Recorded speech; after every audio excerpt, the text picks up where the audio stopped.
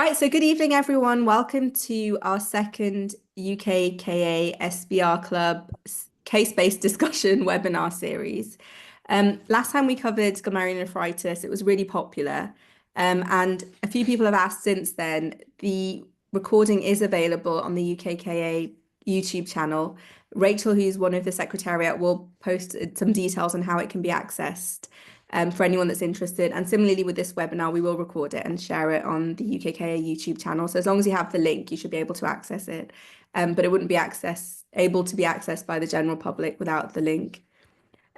So we did a bit of research in the committee and looked through previous year's ESC NEPH results and the breakdown.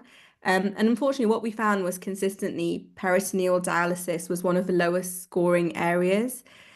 So we were desperately keen really to prioritise PD for our next webinar. And we're really, really excited and grateful to Professor Simon Davies for joining us this evening to host the case-based discussions. I'm sure most of you know Professor Davies already, that he's a professor at the University of Kiel and an honorary consultant nephrologist at University Hospitals North Midlands. It's a bit of a mouthful. He has led international and national research in peritoneal dialysis and home therapies, and he's a previous president of the International Society of PD. So there's no one really better qualified to do this webinar this evening. So welcome, Professor Davies. Before we start going through the cases, I just wanted to give an opportunity for the panelists who have kindly given up some time today and been brave enough really to put themselves forward to participate in this webinar. So if we could just do a quick round of introductions. So Jack, if you go first. Yes, hello, my name is Jack. I'm one of the ST5 in West Midlands. Yeah, and Niji. Hi, my name is Neji. I'm one of the ST5 in our trainees at New Cross Hospital in West Midlands. Emma. Hi, I'm Emma. I'm also ST5 and I'm currently at the Queen Elizabeth in Birmingham. Great. And Fahad. Hi, I'm Mohammed Fahad. I'm the renal ST6 in Brighton. Yep, so Fahad is giving us a little bit of balance. So it's not just a West Midlands webinar. Great. So Professor Davies, with great pleasure, we're happy for you to take over and start the webinar. Great. Well, first of all, thanks very much for inviting me. Slight correction to your introduction in that I'm actually now retired. So technically I'm emeritus professor and no longer practicing clinically. So, you know, got me just in time. So yeah, my understanding is that we're going to have a discussion today around a case. Actually, what I decided to do was to take a single case, but focus on that individual as they might progress through their time on PD. So different problems come up at different times, generally speaking. And we'll just try and discuss around that. I hope that this is going to just stimulate conversation. I don't want the case to become, you know, we can generalize beyond the case as much as we can, really. It's just really it's a vehicle for raising issues. And, you know, I hope that perhaps I could just clarify, obviously there's the team that I can see who's going to answer my questions directly. But will there be opportunities for other people watching to ask questions? Yep, so that's a really good question. So you should be able to see the Q&A and I'll be monitoring that throughout the webinar. So anyone that's got any questions, then please post into the Q&A. Well, I may not see the Q&A easily because I've got my full screen on for my presentation. So please don't, you know, just give me a nudge and tell me what's going on. Yeah. That'd be great. Okay, so I thought what we'd do is we would oh no, what's happened? So this is the case, and it's kind of it's a conglomeration of cases I've had over the years, and perhaps we just can read that through together before I start asking you some questions. ZP is a 53-year-old woman, West African heritage, primary diagnosis of polycystic kidney disease, good command of English, having moved to the UK in early adulthood. She's got 3 grown-up children. She works part-time as an assistant teacher in the local primary school, but is estranged from her long-term partner, who now lives back in Ghana. She's a bit overweight. She's got a BMI of 32, occasionally a bit higher, and also has type 2 diabetes and hypertension. She's found it hard to accept that she's got progressive kidney disease, occasionally missing clinics. EGFR is now 9, but as yet she's not decided what type of dialysis she will have. She lives in a rented flat with 1 bedroom. Now that her children have left home, and to make ends meet, she does require supplementary benefits on top of the small income she gets from her part-time work. So that's the case, and as I said, it'll be the same case all the way through. So I've got some questions for the team. I don't know how they're going to. So my first question actually is, what do you think the overall goal of her kidney replacement plan should be? And then I'd like you to address these secondary issues, which is which of her personal characteristics make it less likely that she'll have home dialysis. And then I want you to think about which of the characteristics of her local dialysis unit may make it more likely that she will have home dialysis. And then we want to just think about the sorts of tools that you might have to help her come to making a decision.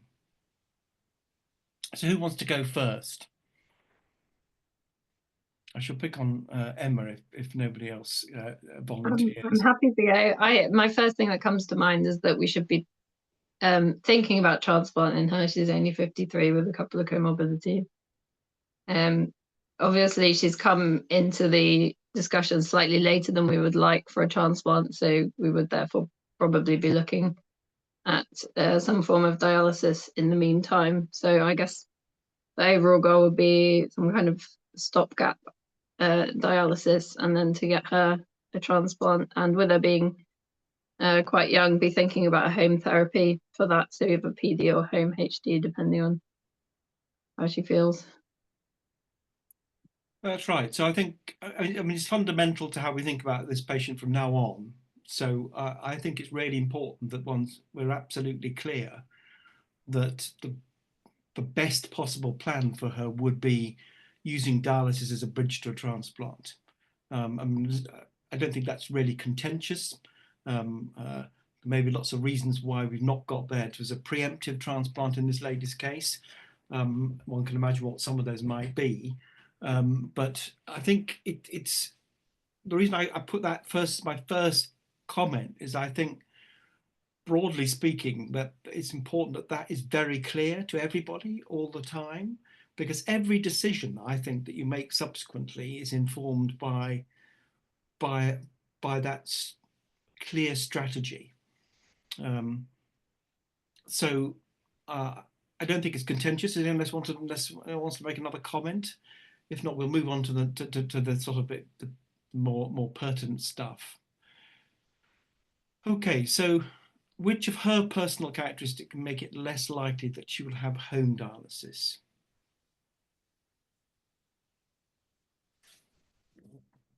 Who wants to go? I can go next. Yeah. Yeah, cool. Yeah. I mean, I suppose home dialysis, that would be, broadly speaking, either PD or home HD. I mean, talking about PD, probably physical characteristics underlying cause polycystic kidney disease, depending on how bad the polycystic kidney disease anatomically wise. I mean, it's not an absolute contraindication, but if we think about PD, then maybe we need to characterize the anatomy a bit more, and maybe a bit more challenging. And the other thing that I pick up as well is that she's overweight as well, if I'm not mistaken, and that could as well be a challenge as well if you're thinking about PD. Whereas if we're thinking about home HD, I suppose the children are now moving away. I mean, obviously, yes, she probably has been spending some time in the UK and has got some good support and things like that. But then I suppose the question really then is how much actual support that she's actually got at home to help with home dialysis as well. How comfortable she is probably is the other thing that we need to take into account. It depends on what her preference is. Okay. Any other thoughts? I don't disagree with most of it. Well, I'll rephrase it. I think that those are often what comes through people's minds. We might pick on some of those a little bit later on, if I don't mind. Yep. There are some preconceptions out there which we need to challenge. I pick up on the small flat, although I know that you would probably challenge that, but just in terms of storing all her bags of fluid and things, that's something to consider. It's certainly something to consider on a personal basis, isn't it? That's right, definitely.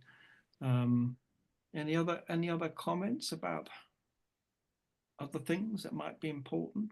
I guess there was one thing in the history we mentioned that she might not attend all her clinic appointments, or it's been quite difficult to chase her. So I guess with a home therapy, which is very much a partnership between the clinicians and the patients, that might be a concern. Yep.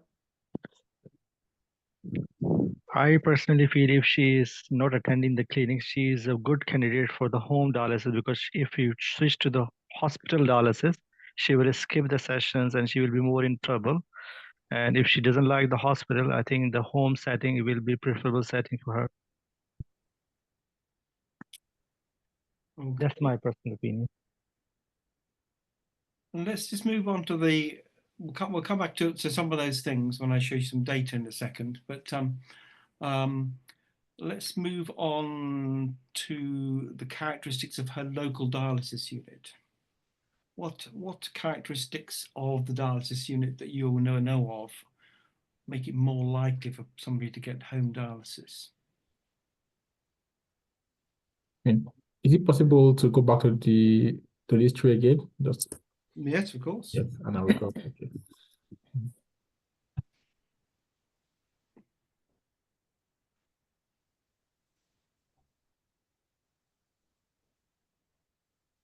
It doesn't say much about the dialysis unit there, does it? Yes, okay. So I'm not sure that's going to be that helpful. I mean, she'll be missing her clinics. We're not quite sure why. Is it because of, is it distance? Is it transport to the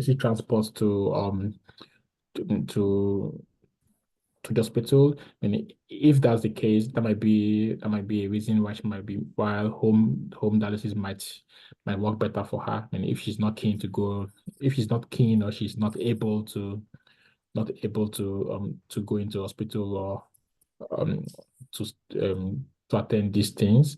There's not really much about dialysis unit here really. Okay. Let's just look at some. I'm going to move on to the next slide, which is some data, just to really try and contextualize all this. So this is data from a study we've just completed called the INTERCEPT study, which is a study looking at the characteristics of both patients and also their centers and what they do in terms of enabling them to get onto home dialysis or not, as the case may be. So I don't know whether you're familiar with this type of analysis. It's called a sequence of regressions analysis. And what it does is it hypothesizes the sorts of things that might be important and actually orders those in terms of likely causality. So you read this slide actually from right to left.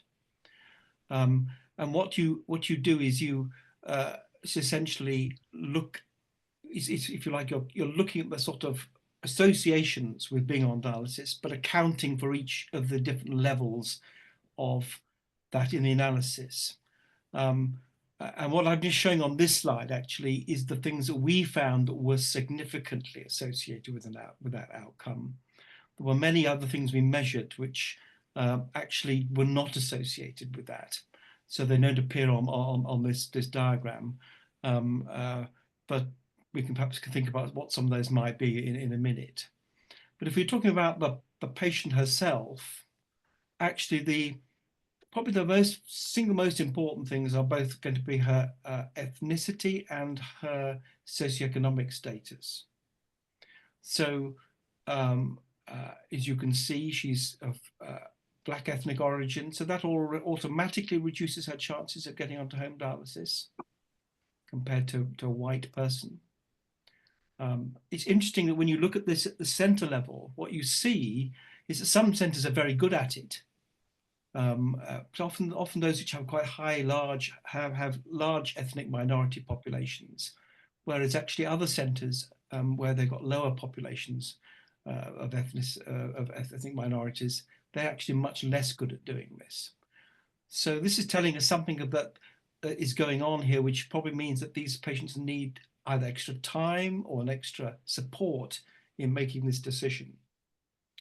Equally, she's almost certainly going to not be at the top of the socioeconomic setting. So we know that she's living alone. We know that she needs supplementary benefits. She's probably, she's got a low income probably. So she's not in the best, and she's got this single room. All these things probably come together, coalesce and explain this difference. So what you can see there is that there's really a big difference, almost a doubling of the chances of getting onto home dialysis if you're at the top end of the socioeconomic deprivation scale compared to the lower end, which is about, so it's a really big effect. And I think what this is telling us is that it's not that people can't do home dialysis in those settings, but they're going to face much bigger challenges for doing it. So the centers that are successful in getting those people onto those therapies are those who are able to accommodate those difficulties and support people, assuming that's the therapy that decision she wants to make. There are other things there which you can see, and the next block along. Interestingly, being on the waiting list for transplant, it greatly increases your chances of getting onto home dialysis. And I should point out that this data is dominated by peritoneal dialysis because the numbers on home hemodialysis are still quite low in the UK. So that's not a reason for, that potentially, if we could get onto the waiting list, that would not be a reason for not doing home dialysis. Diabetes as a primary diagnosis is a problem, but it's not so clear when it comes to a secondary diagnosis. It does seem that there's something else going on there. Interestingly, the further you live away from the centre, then the more likely you are wanting to. Well, it's not unexpected that, but you can see that the distance from the centre is often a thing, which I didn't tell you that piece of information. But I would suggest that she's in an urban environment, and actually that is not particularly an issue for her. When we looked at the characteristics of the centres, you can see that actually the things that really seemed to matter were, does that centre offer assisted PD? Whoops, wrong. I think I'm in trouble here. Ooh. Sorry, can you see my point? I'm not sure you can, but basically offering centre PD, that about doubles the chances of getting onto home dialysis. Undertaking these things called road shows, when you introduce people to dialysis and let them know about this as an option, that also significantly increases the chances of getting onto home dialysis. And then there's a series of characteristics of the centres which seems to imply that they have a bigger focus on home dialysis. So undertaking quality improvement initiatives, interestingly, centres that are more likely to engage in research. Whereas, as you might expect, the stress of the staff capacity to do home dialysis is a negative factor. So I think you can see that there are quite, you need to look at your unit and see how well is it doing, really, in terms of supporting people to do home dialysis. And you can see that there are things which the patient brings to the table which you need to try and address and support them with. But there are also other things which perhaps are to do more with the dialysis centre's culture and their attitudes. And when we looked at that in more detail, what we found was that the centres that were good at getting people onto home dialysis were those that took a sort of approach which is best described as a presumption of eligibility. So it's not that they said that everyone should go on home dialysis. Indeed, they were very strongly took the view that they should go on to the right dialysis for them. But they do have an attitude in their centre around a presumption of eligibility. And that comes back to those specific points that we raised earlier on, which I think we mentioned polycystic kidney disease, and we mentioned, so polycystic kidney disease, the data is very clear. Patients going on to peritoneal dialysis with polycystic kidney do very well. There's many studies, but there's a large European study showing that very clearly. Of course, you're right. I think it was Jack, wasn't it? You raised this, that you need to think about space, but actually the space is much more about where you're going to put the transplant than it is about whether you're going to be able to do PD or not. PD, there's just one small risk factor associated with being having a polycystic kidney disease. You want to know what that is?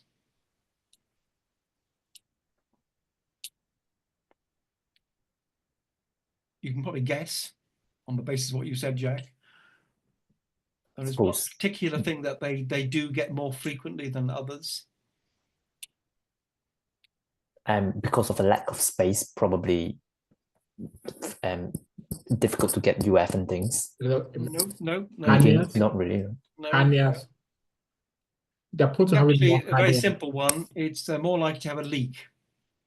Okay, and that's because it's not, as you might think it is, because of pressure.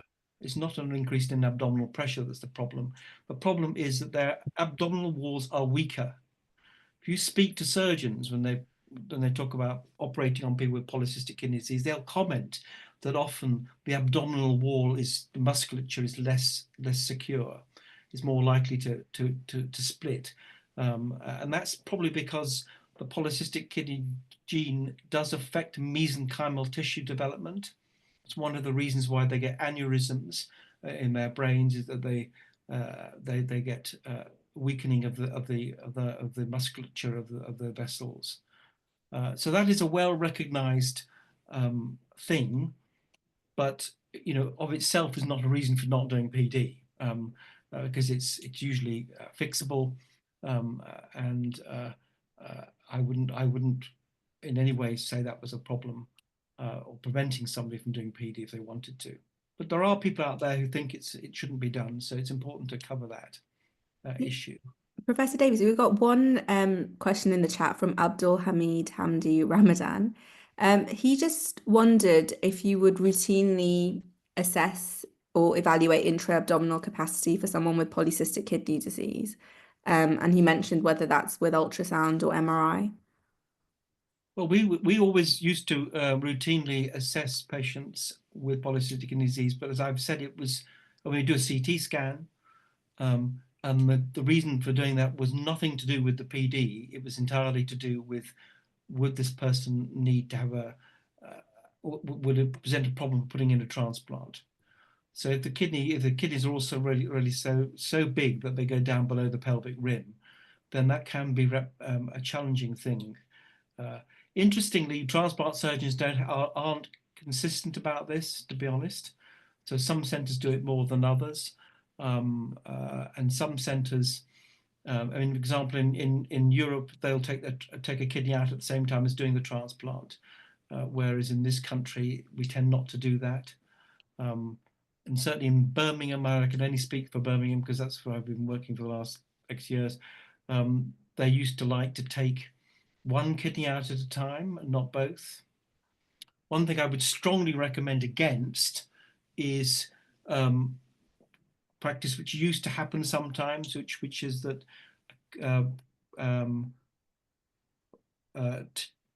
when a patient was going on to PD, was that they would have both kidneys removed at the same time and the PD tube put in. Now, there are good reasons for not doing that. One, they lose their residual kidney function. And secondly, actually, you make big hole, because that's often done through the center of the abdomen rather than from the side. If you do both kidneys, that often causes large holes to be made in the peritoneal cavity. And I've had at least one patient who, once that procedure had been done, developed such a massive retroperitoneal leak that they couldn't continue on PD. So that practice should now no longer exist. Anyone want to talk about the diabetes risk? Because that's a common thing that comes up. She's diabetic, she shouldn't go on to PD. Does anyone know about that in terms of relative risks and survival on PD versus hemo? Does anyone agree with it? So there was data going back maybe 15, 20 years ago showing that diabetes was less, how should I put this, less preferable than non-diabetic disease for going on to peritoneal dialysis. There was a relative risk, or there was a survival benefit for people with no comorbidity starting on PD first, which disappeared when you were diabetic. And also there was some longitudinal data, long-term data, which suggested that women with diabetes, particularly over the age of 50, once they've been on PD for quite a few years, then their relative risk of death went up. But the most recent analyses of that issue, which have been done in Europe with using the ERA registry, actually show that there no longer exists. There is a relative risk of worse outcomes for young women who are diabetic compared to the other groups, but that is applicable to both PD and hemodialysis. So it does seem that young women with type 1 diabetes going onto dialysis are a particularly at-risk group, but it's not related to their modality. It's related to something else which we don't fully understand. Yep, so there's just two questions in the chat. I think one was highlighting concerns about glucose absorption in diabetes patients, obviously upsetting their glycemic control. And they wondered about if there was an increased risk of PD peritonitis for diabetics. So there's a modest increase in risk of peritonitis as the BMI increases, and because diabetics tend to have a bigger BMI, they tend to have a slightly higher risk. And you can also associate that with a slightly higher risk of exit site infections. So those two things may be related. Again, not a reason for not doing PD in diabetics, but it's they are at a slightly higher risk. In terms of the first part of that question, which is around glucose absorption, and I'm guessing there'll be, there are two issues there around glucose absorption. One is, does it make people fatter? And the answer to that is that weight gain happens in PD patients across the board during the first 6 to 12 months of PD treatment. Generally speaking, that is a good sign. That's a sign of health, and in fact, I can tell you most of that weight is regain of weight that they've lost as they approach dialysis dependency. Actually, then subsequently, weight gain is not different between PD and HD, and so there's no evidence that is a problem. I think it's true to say that the calories from PD fluid are contributing to nutrition in both and diabetics with time on treatment. And they may replace some of the calories that people would take orally. They might suppress appetite a little bit, but it's in terms of weight gain, it's not a problem. Actually, the biggest problem with weight gain in diabetics and non-diabetics is following transplantation. That far outweighs the problem. So if you're going to say that somebody shouldn't start PD because they might gain a bit of weight, then you're also saying they shouldn't be transplanted. So it's just a nonsense to say that. And actually, with modern treatment, low glucose prescriptions and use of icodextrin, weight gain really is not a significant problem in PD. And I'm much more worried about patients losing weight than I am about them gaining weight. They're the ones that really concern me. And just one more practical question, which has come from the Q&As as well, is that in your practice, I think what they're alluding to is when you do start someone on PD who has diabetes, I guess practically, what do you put in place to monitor the blood sugars and then manage it? Do you do it quite closely with diabetes nurses and colleagues, or do you manage that yourself as the PD team? Well, I'm going to give you my honest answer to that question, which is I found the diabetic teams completely useless in this regard. They don't understand how to dose diabetics on PD. They make it worse rather than better, in my experience, because they don't understand about glucose load and the fact you put people on APD and they have glucose overnight, and they so I've never found them particularly helpful. I think they're very good at the other stuff, you know, the management of the eyes and management of the feet and all that sort of stuff. But again, most of the data shows in both hemo and PD that the biggest risk of death associated with being diabetic is hypoglycemia, not hyperglycemia. But it is a U-shaped curve, if you get into really high levels of glucose exposure, actually we've just about to publish the PDOPS data on that. I haven't got it to show you today, but it shows you the same thing again, that it's basically a U-shaped curve, and the extremes are not great. You know, that they're the things you should worry about, and stuff in the middle is really neither here nor there. You know, the best solution for these people is to get a transplant in that setting. In terms of the elderly, I would say that the biggest risk is hypoglycemia.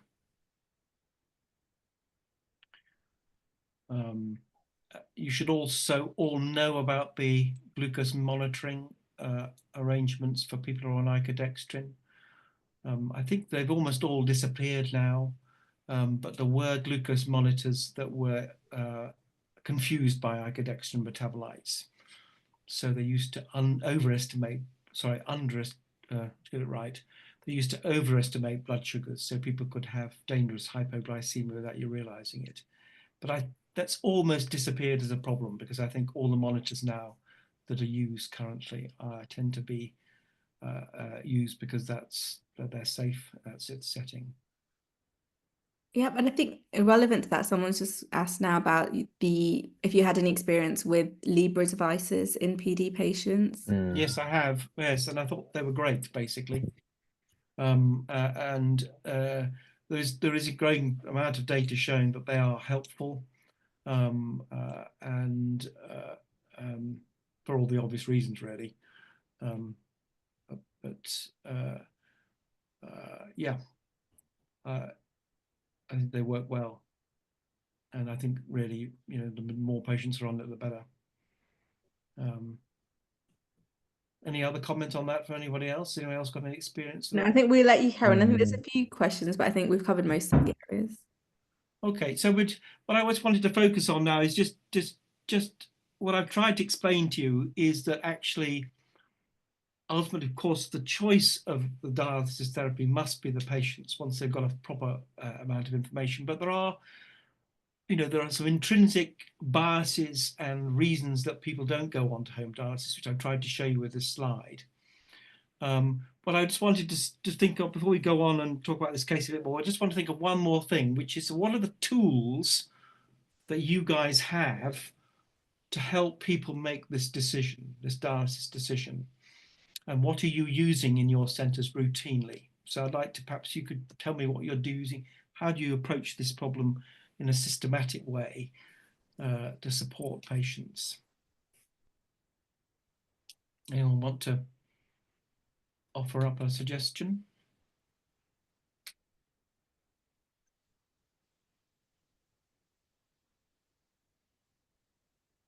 So, Jack, I think I can see you on my screen. Do you want to go first? Yeah. Good. I suppose shared decision making with patients, simple shared decision making tools. I don't know any specific tools for encouraging or thinking about home therapy. I don't think, to my knowledge, I don't think we use any specific tool actually. I don't know what other people's using at the other centers. Any other thoughts about this before I show my next slide? So, Neji, I think you've come off mute. So, did you have a comment? Not really. I mean, I also don't know any particular tool. I mean, it's more of just this discussion with the team and the patient and agreeing on what the patient wants after providing all the required information. But I'm not aware of any particular tool that can aid that decision making. Yeah, Well, I'm not going to talk about them in detail now, but I'm just going to show you my next slide, which is the sort of summary of what we were trying to recommend from the work we did following the Intercept data. And it's really just to show you that there are actually a whole bunch of things you can be thinking about to help you support people make these decisions. And also, they may want to do a home dialysis, but they might feel scared about doing it, or they may need extra support, as I've tried to argue. And there's a whole this is actually a slide which covers a whole bunch of things, but the ones I want to draw around your attention are that there are these tools that help you empower patients. There is, I think you've already hinted at, shared decision making, but there are actually decision aids that you can use that are well established and validated. Of course, there's counselling. Are you familiar with the Share HD program? That's the only intervention that I know of which helps people get onto home hemodialysis, other than a clinician enthusiasm. The Share HD program helps people who are on hemodialysis for whatever reason take more and more responsibility for their care. They have a stepwise increase in that. And as they do that, they're more likely to want to go onto a home dialysis. Once they realize they can do stuff, whether it's PD or hemodialysis, actually, they're more likely to realize that they could manage this on their own. So there is quite a lot of things that can be done. And the other thing that comes up again and again is, sorry, this is my, it's when I move my mouse that I keep turning away, but there's also this business about developing peer support. There's buddying you can do. You can use buddying systems within your centre. You can use your existing patient population to talk to dialysis patients as part of their decision-making process. Particularly that's helpful, it seems, when those people are from a similar socioeconomic or ethnic background. And I think with that also comes working with, there's some very nice work done, for example, in London and also in Birmingham, at what used to be called the Heartlands Hospital. I don't know what it's called now. Looking at how working with the local community really helps support people to talk about their dialysis or their kidney failure, and seek the right sort of support. So there's lots of tools you can use to help your patients make these decisions. And of course, one would like to think they were all being used systematically in all centres. I don't think that's happening at the moment. And that's probably one of the reasons why we see this massive variation across the country in terms of the use of home dialysis. Almost certainly a five-fold variation between centres. And I'm not going to go through this slide. I just want to draw it to your attention because Mark Lambie and myself wrote an update on absolute and relative indications for dialysis treatment modalities, and that paper covers all these different scenarios that we've talked about: polycystic kidney disease, diabetes, all the different sorts of settings in which, when you talk about newcomers to dialysis, patients with transplant failure, the frail elderly, there are specific things there you may want to address. Obviously, there's assisted peritoneal dialysis, which will help you with the frail elderly, and that may be something you want to make sure you're offering properly. There are very, very few situations when there's an absolute contraindication to treatment. Essentially, for PD, it's when you've got no peritoneal membrane, and for hemodialysis, it's when you've got no vascular access. Those are, difficult things to get around. But just about everything else, we'll come back later to some of these issues around the peritoneal membrane later. But basically, for newcomers to PD or newcomers to dialysis, it's not about eligibility for a therapy. It's about what they want, and then helping and supporting them to get what they want. Does that all make sense? Any other comments or questions about that? I noticed the anuric patients, you've said HD is kind of relatively favourable. That's quite a lot of people, isn't it? That's right. So HD, so anuric patients are, I think, perhaps the group that you might want to think about most carefully. And we'll kind of cover that as the case goes on. So I'm going to come back to that issue. As I've said, it's not an absolute contraindication, and we know perfectly well from the EPOS study done 20 years ago, which was a study across Europe in purely anuric patients, that actually PD outcomes were pretty good in anuric patients. Those patients in that study have been on dialysis for an average of 3.5 years before they were enrolled. And their outcomes were good, but it does turn out, as I will show you, that it's when they become anuric that the peritoneal membrane function becomes critical. And that's when you really do have to pay attention to that. So we'll come back to that issue. Yeah, we just had one question in the Q&A regarding why stoma would be a contraindication. So that's a fecal stoma, and that's the reason, really. It's not that we know that it's not good outcome, it's just that nobody dares do it. So there's no data on that at all. I've never dared do it, actually. So if I haven't done it, then most people haven't. I've tried all sorts of things and mostly been okay, but most people take that as an absolute contraindication. But really, otherwise, it's most other groups. There's an argument for trying PD first in severe heart failure. Other situations, it's more neutral. I wouldn't say one or the other was better. And we'll come back to the peritoneal membrane. Again, it goes back to that first point that we made, which is what is the purpose of dialysis in this patient's setting? What are we trying to achieve? If it's a bridge to transplantation, then actually, you could probably do either PD or HD to start with and see how it goes, because you won't know their membrane function until they start. But if it's a patient who is young and healthy but can't get a transplant for whatever reason, then I actually do think home hemodialysis is a better option. Because I think that's the only treatment that's vaguely competitive with transplantation. So it's about knowing where you are in terms of what your objectives are for the treatment. We've spent a bit longer on that than I expected. I'm sorry about that, but I think we'll move a bit faster now because so as this may not be an unfamiliar scenario, but unfortunately, she still couldn't come to a decision about a treatment in time. She presents in clinic with breathlessness, an HCO3 of 13. She's got a high potassium. She's got a pretty high blood pressure.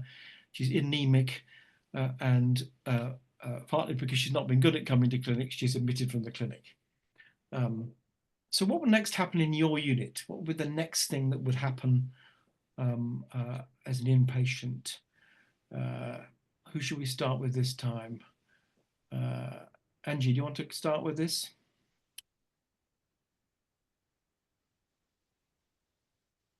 So Niji. Oh, okay. Sorry, Eddie. Angie? Well, I mean, so in my unit, she's likely going to be admitted for and to have an urgent line putting and for urgent hemodialysis with hyperkalemia, possibly pulmonary edema. So she will most likely be admitted for urgent hemodialysis via a prominent catheter. Okay, any other thoughts? I'd say, yeah, almost definitely the same thing would happen in most places I've worked, with the only caveat maybe being that if there had been significant documentation saying she wanted to do PD, maybe people would think about urgent start PD, and particularly in Stoke, it would be something that I've seen you guys do before. So, but most of the time they get a line in and be on hemo for at least a while before we thought about other options.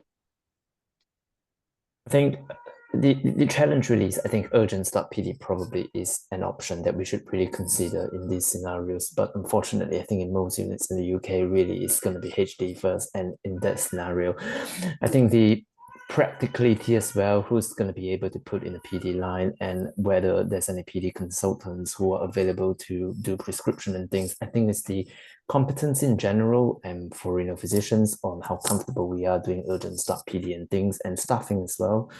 I mean, the unit that I'm working at the moment definitely would be HD first. And the unit that I worked before is actually a district hospital that doesn't have a dialysis unit. And those patients would actually either be going to ITU or actually getting stuck just medical treatment, waiting to be transferred to QE, which I have thought before that why can't we do urgent start PD in those scenarios? But yeah, it's one of the things that I think we should look into. So I'm going to suggest to you that actually urgent start PD is the safer option in this patient. I accept that there are situations when you've got to do an urgent hemodialysis, but this woman's walked into clinic. She's not in such severe pulmonary edema that she can't have a bit of diuretic and have some bicarbonate for a day or two, and have an urgent catheter put in the next day. The data on this is copious, it's the only way I can describe it, but it doesn't seem to always result in changes in practice. So there's an extensive literature showing this is a safe and effective option. I'm not going to go through it all now. I've listed some stuff here which you can read later. There are several systematic reviews looking at urgent start PD. Some of them just look at it on its own, and some of them compare it with urgent start hemodialysis. And some of them are trials and some of them are not. So it's a bit of a, it's not perfect by any means, the data. But actually when anyone's ever looked at it, then the relative risk of complications is actually higher in urgent start hemodialysis compared to urgent start PD. Of course, I accept entirely that there are going to be individuals who just can't go down that pathway, and nobody's going to be suggesting otherwise. But for the majority of the patients, actually, you can argue that it's a safer option. But it needs to be set up, and it's complicated to set it up.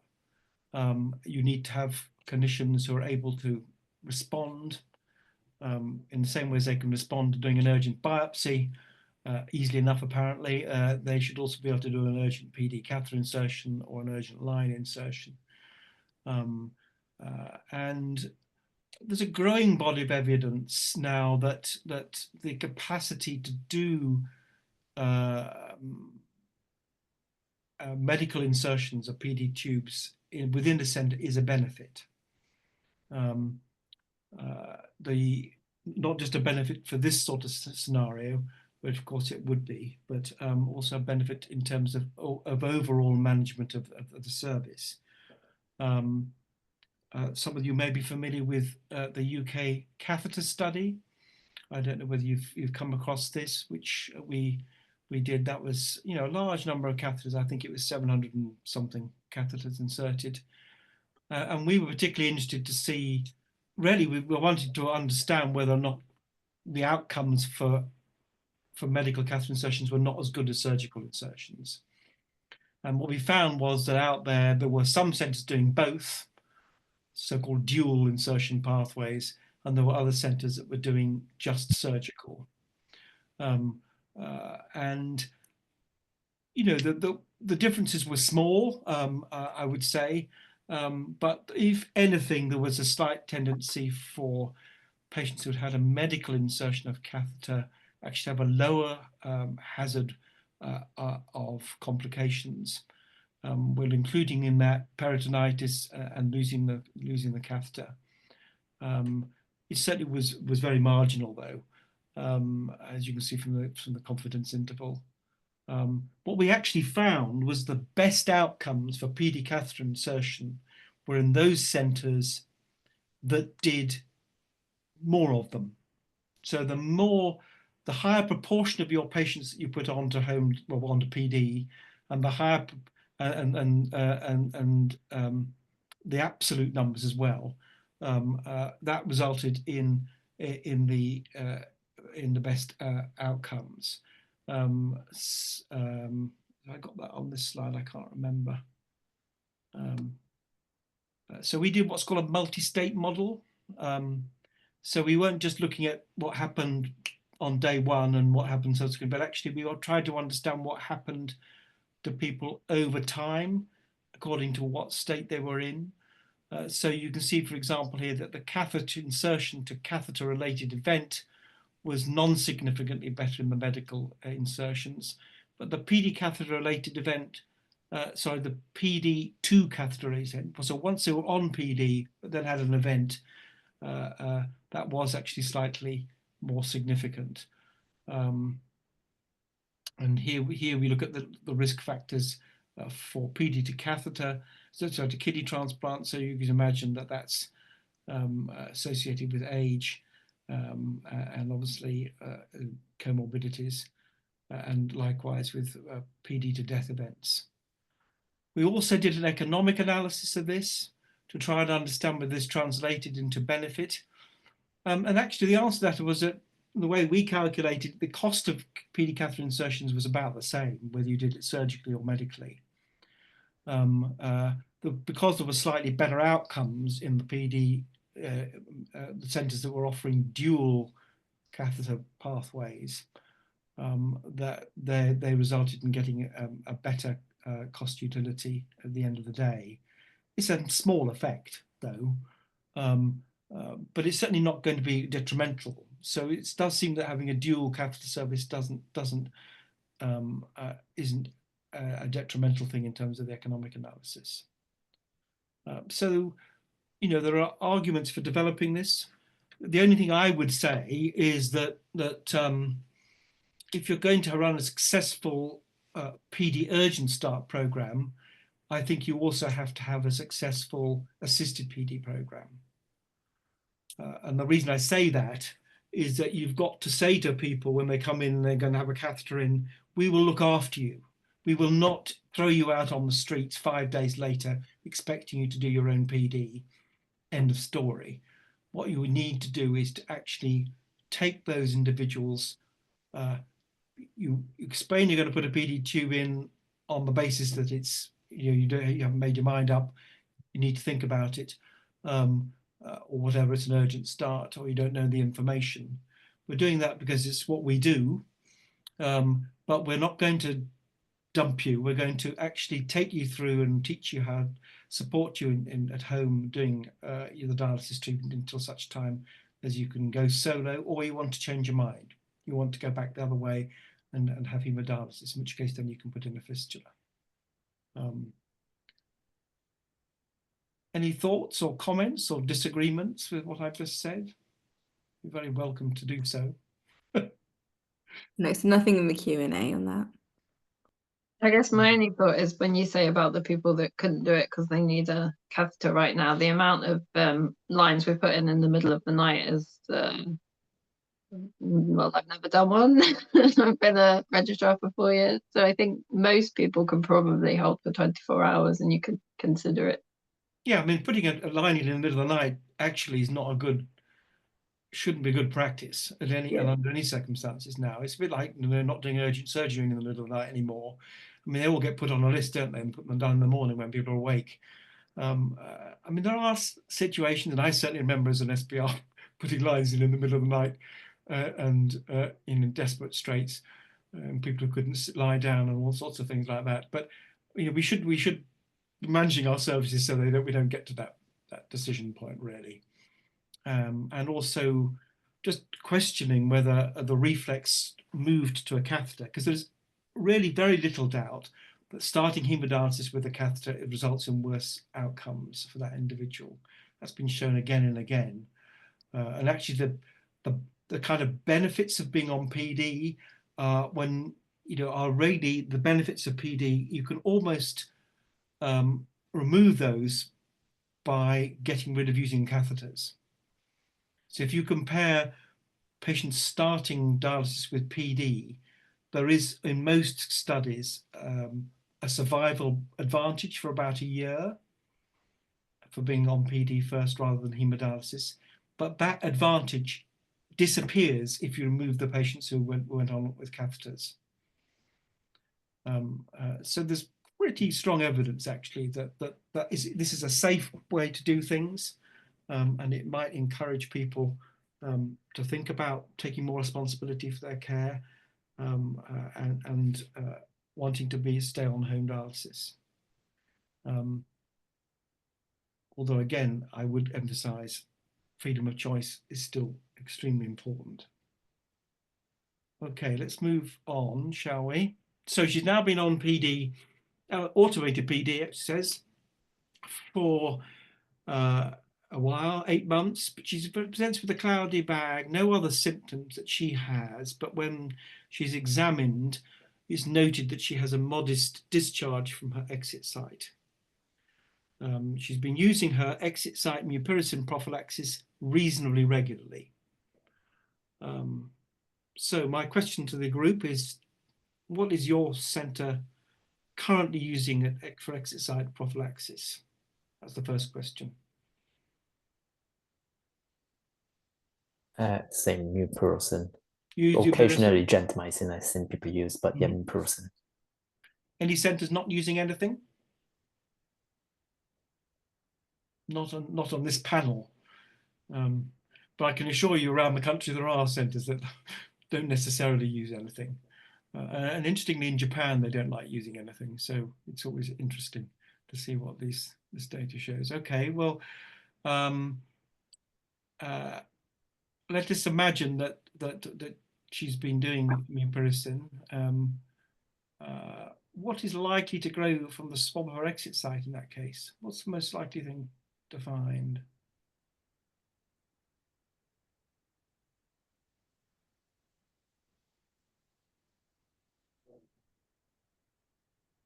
Yeah, could you, I guess it covers Staph aureus, but could you still get a Staph epididymis or something like that? So the most likely thing probably will it be that she would grow Pseudomonas. There's evidence to show that if you use mupirocin regularly, you really cut down on your Staph aureus infections, but it does allow Pseudomonas then to grow. So if I was going to put money on it as to what we might grow from her exit site, I would definitely say most likely Pseudomonas. but there can be other things. You can get anaerobes growing.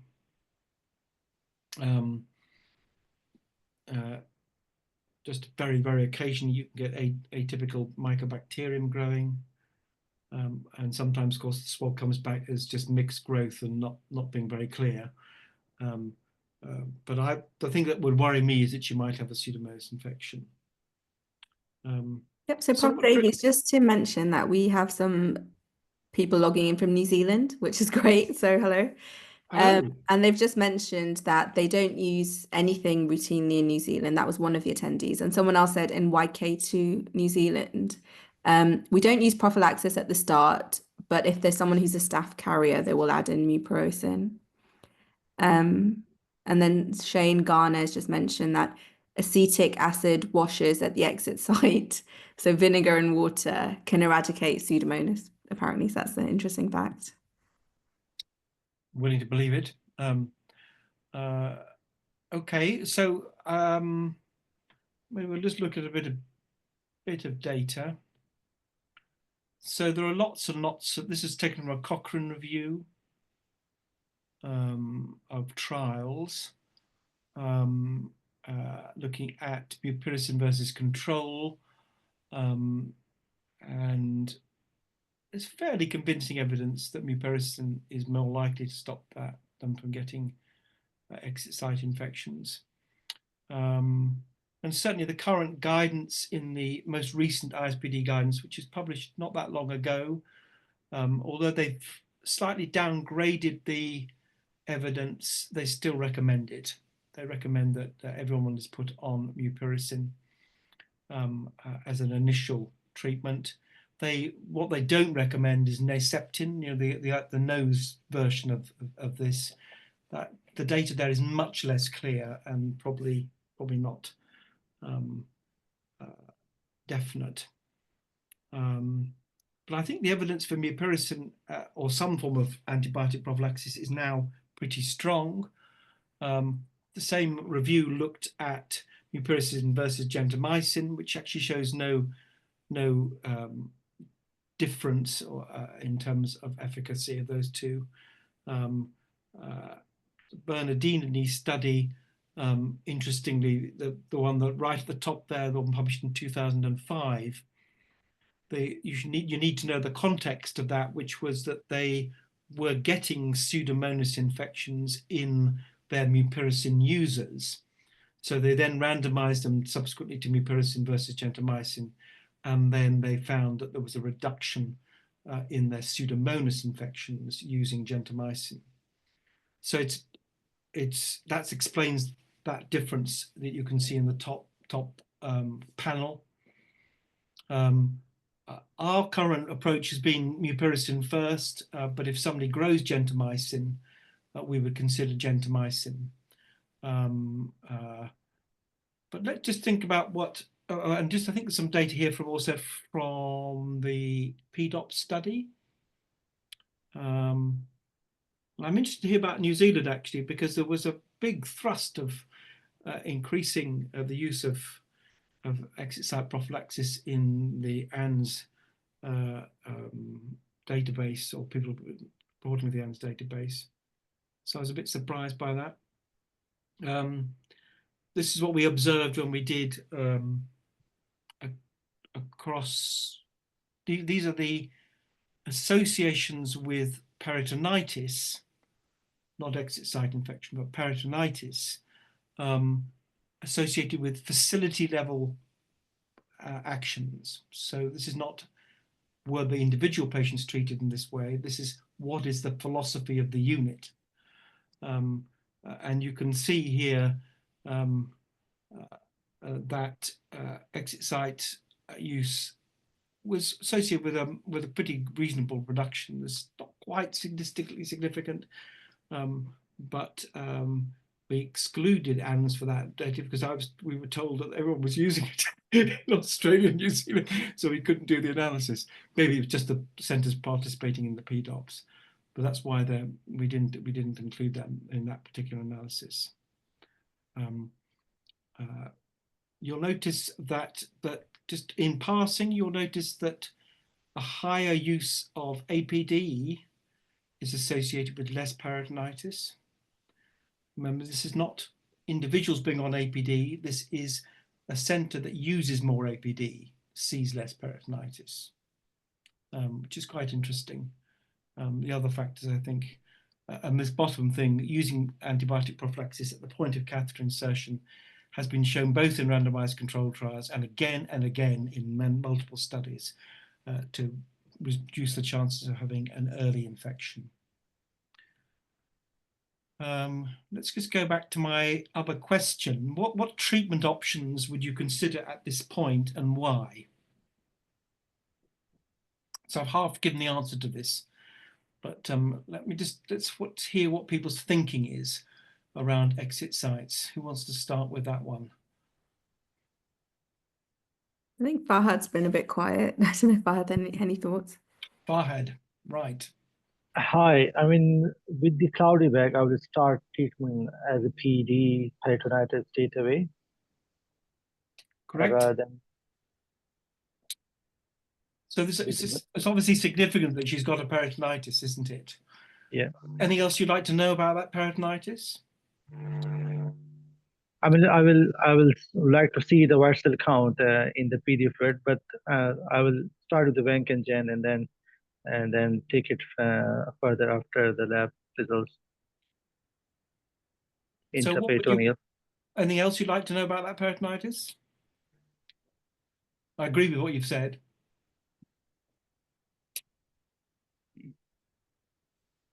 You mean the previous episodes? I mean, this must be the first episode. Well, I've told you this is our first episode, so yeah. there isn't a previous episode. So, but I mean, what about the organism causing the peritonitis? But that will take the time, isn't it? So we need to start the treatment and review the patient on day 3, how they are responding to treatment. I absolutely, yeah. You always treat peritonitis, as an intention to treat process. So I agree with that bit, but okay, by day 3, what's the questions you're asking then? Whether they are improving in terms of white cell count, and if they're clinically getting better, then we need to give them a chance to start with the catheter. And if we, for example, they are not improving, and then basically, for example, if we get a Staph aureus, we give them 2 weeks of course and 2 to 3 weeks of course.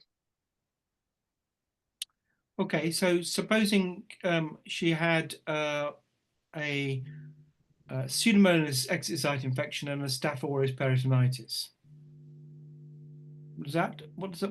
What do you conclude from that? So that's a multi-organ peritonitis.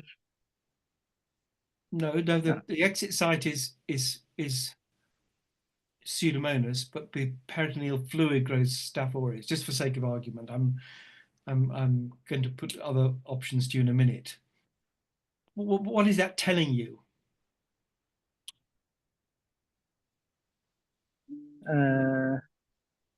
Colonization in the line.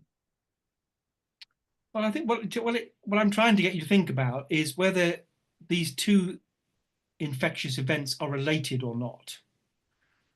Okay, so has she got peritonitis because she's got an exit site infection, or are these two independent problems, which could easily be the case? She could get peritonitis due to coagulase negative staph because she's had a touch contamination, and she's not bothered to report that she's got a bit of discharge from her exit site or hasn't noticed it.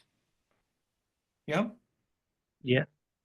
So I think that informs your decision making. So if it's the same organism, if she had Staph aureus at the exit site and Staph aureus in the peritoneal cavity, what does that raise the possibility of? It could be the most likely the exit site that is going inside now. Yes, that's right. What you're really worried about is there's a track formed from the exit site down into the peritoneal cavity. Yeah. If there's a track down there, then what are you going to do about that? Then we need to make a different exit site. Yeah, well, no, I think it's more than that. you've got to take the catheter out, haven't you? If that's the Yeah. situation. And because the reason I'm raising that is that the way I think about exit site infections is that actually most of them arise because of a problem with an inflammatory response to the dacron cuff. Okay, that's what happens first. They subsequently then get infected, but the first stage of this event is that they get an inflammatory response to the dacron cuff, which causes a degree of local weeping or local irritation or local stickiness, if you like, of the catheter. And that once a bug has got onto the dacron, you can never get it off. Okay, you can control it, you can suppress it, you can give them mupirocin that keeps that under control, or you'll give them gentamicin cream, and it'll suppress the growth of that organism. But stop that treatment and it'll come back, I promise you. Because once these two organisms in particular get stuck on dacron cuff, you can't shift it. And the real worry is that it gets stuck on the dacron cuff internally, the one in the internal, the peritoneal wall. Because if that happens, then you've really got to take the catheter out completely. There's no solution to that.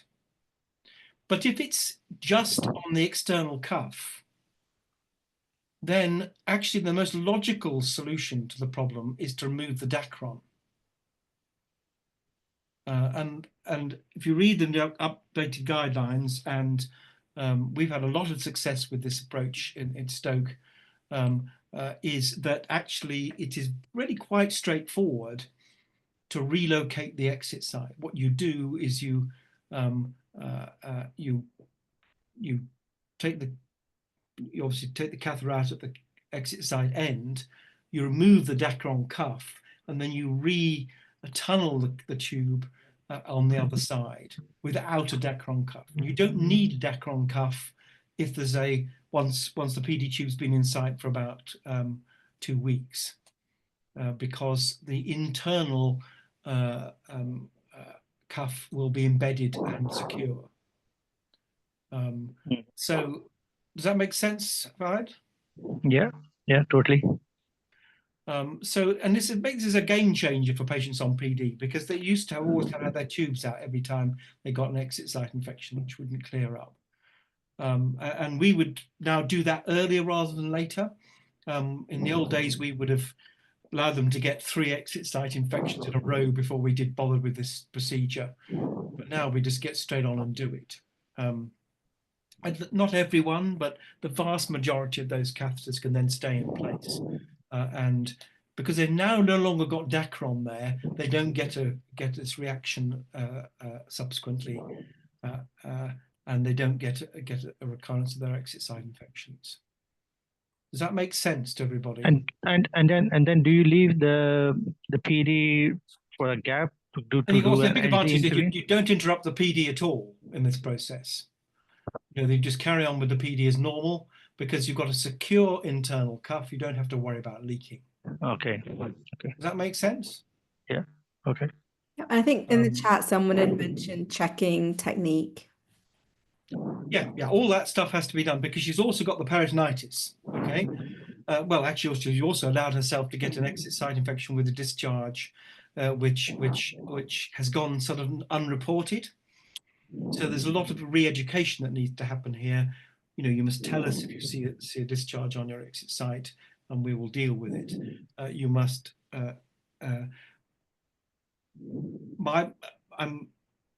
My guess is that in this patient, actually, she had a pseudomonas exit site infection, but a coagulase negative peritonitis, which was a touch contamination. But it just draws to the point that it's really important always to do a root cause analysis for every peritonitis. Try and work out what's happened, what could have got wrong, and then accordingly. So you should all be doing root cause analysis of every peritonitis episode in your QI sessions, or whatever you sort of QA sessions, and making sure that that's happening. But there are these alternatives now, which are, if you look at the most recent guidance from the ISPD, it clearly lays out that you could also consider these different options for dealing with it. Any questions about that, or comments or disagreements? No, so I think one comment from New Zealand again was that a recent practice they used is to exteriorize the ED catheter, but not to retunnel it. Yes, you can do that. That's a version of what I've just been talking about, which is sometimes, quite often, when people have an exit site infection, which I'm certain almost always starts with irritation of the skin associated with the dacron. Sometimes it's because the catheter has been inserted in such a way as the dacron is so close to the surface of the skin that it's actually almost poking out. And under those situations, all you need to do is to retract the skin and remove the dacron cuff, and that does the trick. Right, and I think someone asked earlier, was she using icodextrin as one of the questions they were interested in? So just a comment from yourself really about whether that's use of icodextrin is associated with increased risk of infections. The answer is it's was going to come up, but as we're going to move on, what I would say is that I'm not telling you whether to use icodextrin or not, but I can tell you the answer to the question, which is this: icodextrin is peritonitis neutral.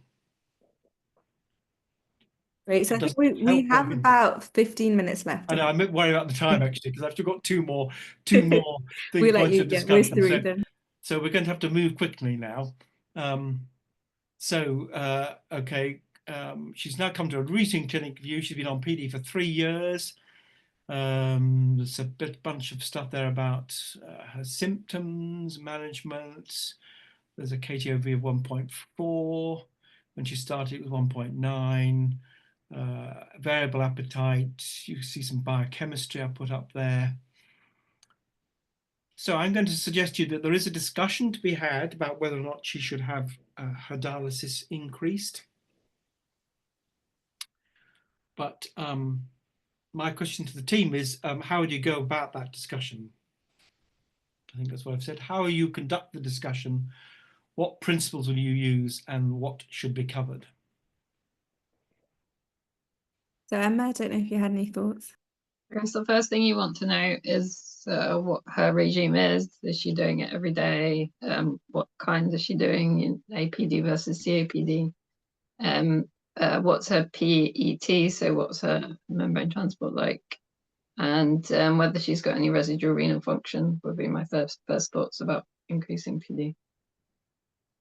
Those are all pieces of information you want. I'll give them to you. She's got 450 mils of urine output. She's on APD.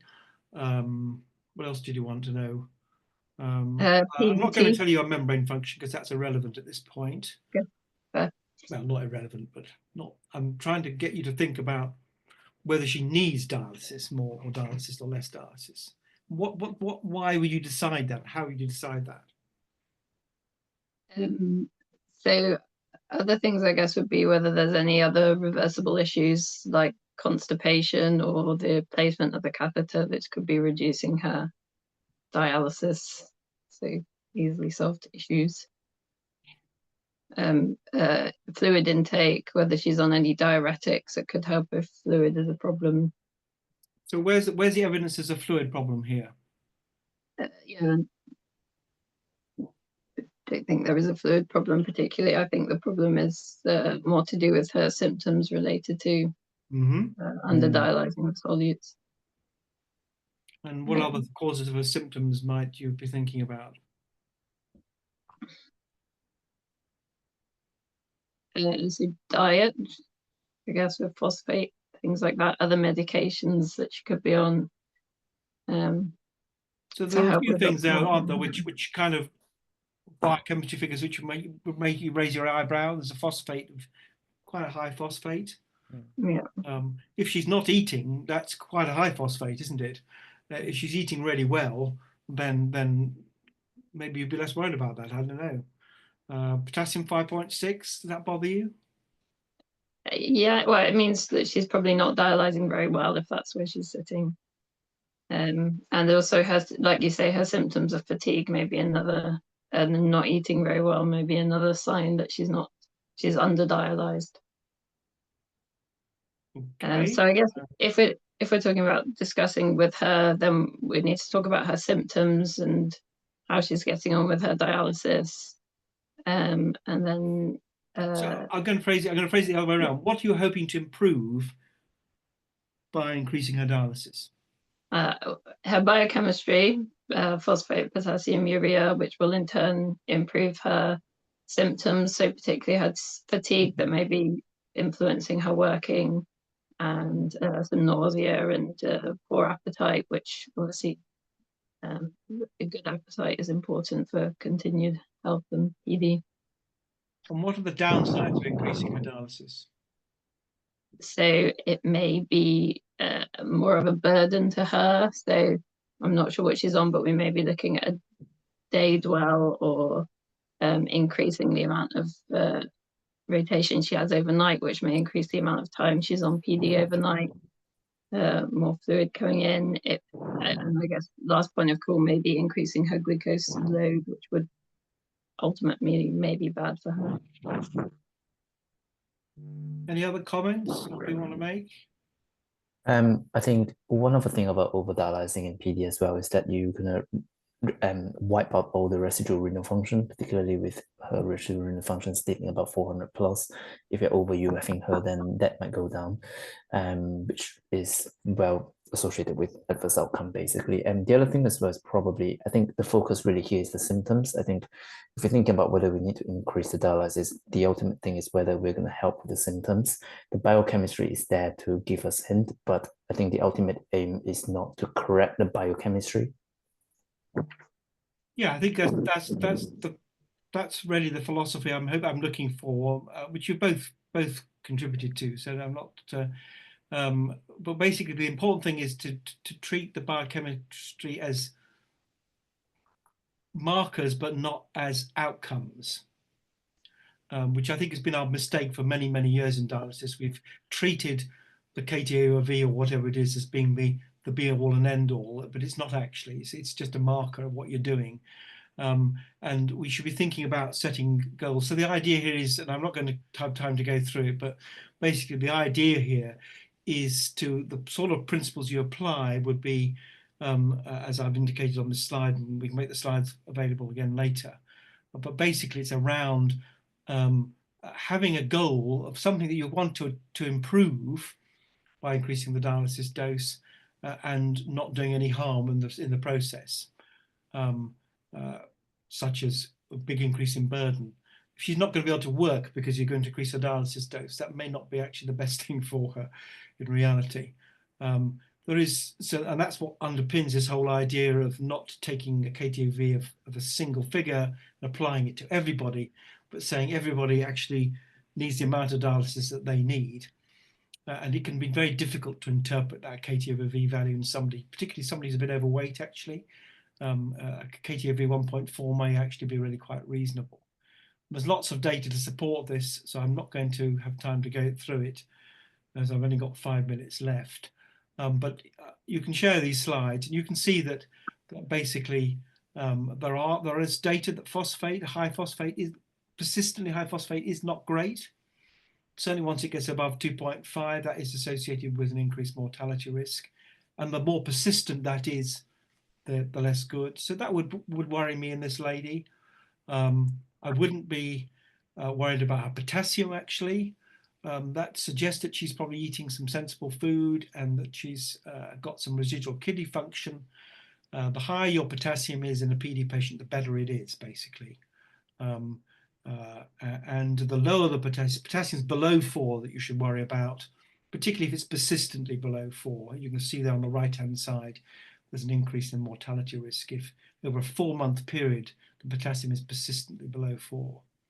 So that's a sign of less good nutrition, less good dietary intake. So we should not be worrying about that. Last few minutes on a membrane, just to sort of get you thinking about that. So she's now gone on for another She's now on 4.5 years. She's still waiting for this transplant, desperate for it. She's now got a bit of edema. Blood pressure is on the high side. I can't see it myself. I can't. She's a bit more breathless. Albumin has dropped to 23, but her weight is the same. She's now virtually anuric. And that's her membrane function test as done as a regular peritoneal equilibration test. So, question to the group is there any evidence of overhydration? I'm going to say yes for the sake of speeding this discussion along. But I do want you to tell me about what you think causes insufficient peritoneal ultrafiltration. What types of membrane dysfunction do you recognize? So I don't know if any of the panel feel confident with membrane dysfunction. So she's got a slightly over average DPCR. So she's maybe a slightly high transporter, which can lead to reduced ultrafiltration due to the fact that her membrane is slightly more leaky. I'll ignore the leaky comment. But apart from that, I would say to you, yes, she has got a membrane that's exhibiting some concerns. She's got relatively low ultrafiltration capacity and a high DP creatinine ratio. But equally, there are tools to deal with that. She's on APD. She's also on icodextrin, by the way. I don't know if anyone spotted the thing that told you that. But in the previous slide, she had a sodium of 127. You may have noticed that. And that was because she's on icodextrin. Causes osmolar hyponatremia. So I think the case does illustrate the complexity of fluid overload in dialysis patients, which I like to consider things that affect salt and water balance versus things that affect salt and water distribution. And it's a complex picture in her. She's got a number of different things on both sides of this table, which you might like to think about. But I'm going to focus on what we can do something about, and that is obviously checking that her salt and water balance is sensible by showing that she's got adequate membrane function. And essentially, there are two types of membrane dysfunction. There's patients who have this faster solute transfer rate, shown on the left in this slide. And then there's the patients who have the reduced osmotic conductance, so the reduced efficiency of the peritoneal membrane.